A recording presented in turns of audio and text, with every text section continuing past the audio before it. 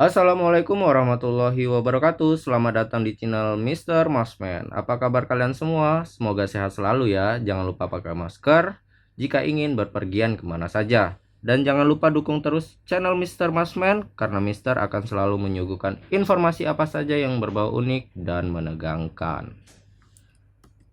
Baru-baru ini telah viral di Indonesia tentang kasus boneka. Tapi bukan sembarang boneka, melainkan boneka arwah atau spirit doll.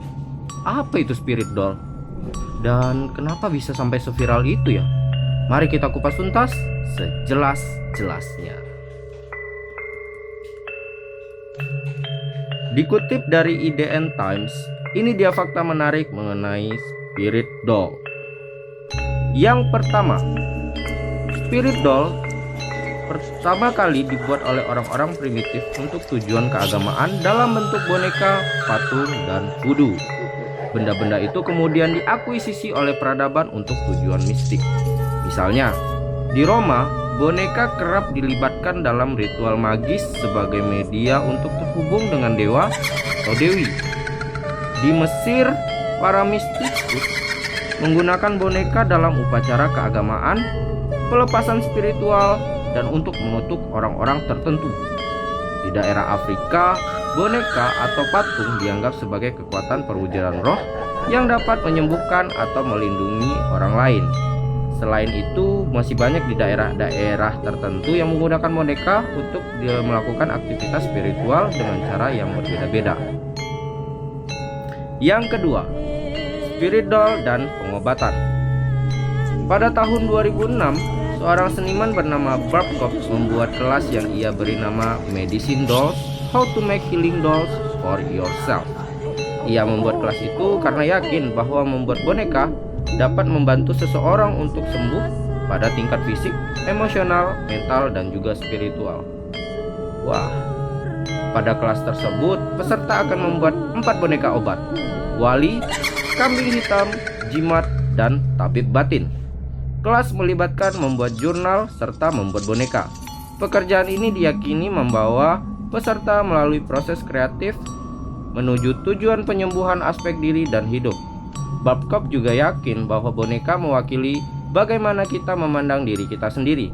Dalam proses pembuatan boneka, peserta harus melibatkan intuisi, bermain, berdialog dengan boneka. Yang ketiga, komersialisasi.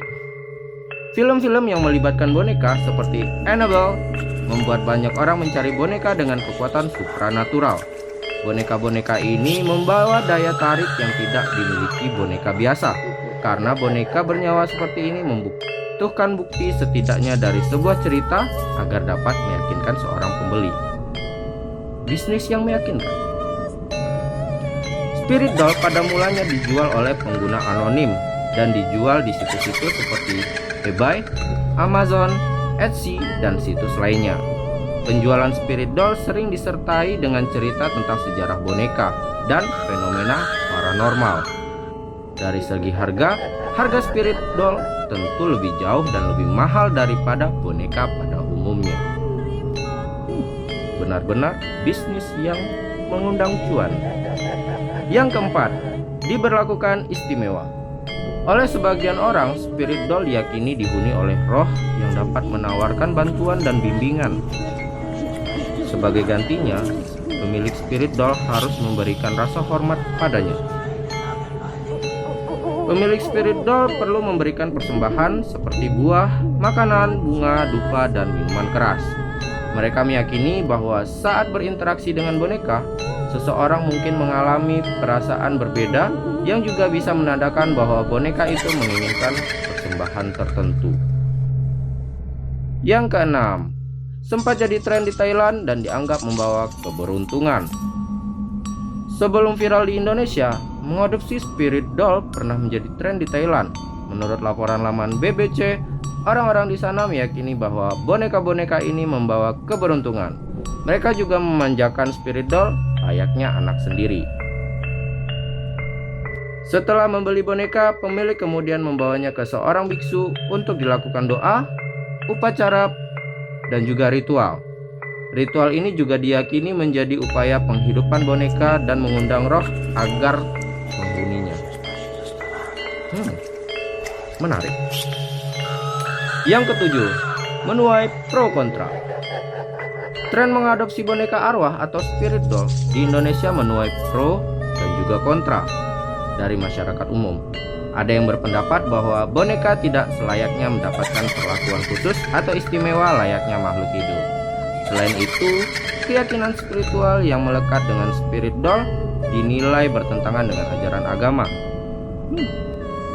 Ada juga yang beranggapan bahwa uang untuk perawatan spirit doll lebih baik jika digunakan untuk hal-hal yang lebih bermanfaat, seperti sedekah mungkin. Harga spirit doll juga sendiri tidak murah ya. Tidak jarang pemilik spirit doll mengeluarkan banyak uang untuk merawat spirit dollnya, seperti untuk membeli pakaian, membayar perawatan, photoshoot, dan sebagainya. Kalau dipikir-pikir benar juga sih. Tapi terlepas dari itu semua, itu kembali kepada diri kalian semua. Apakah kalian mau percaya atau tidak? Tim pro atau kontra? Semua berhak memiliki intuisi masing-masing, memiliki pendapat masing-masing, dan kita wajib menghormatinya. Sekian dari Mr. Masman. Jangan lupa hadir di channel-channel berikutnya.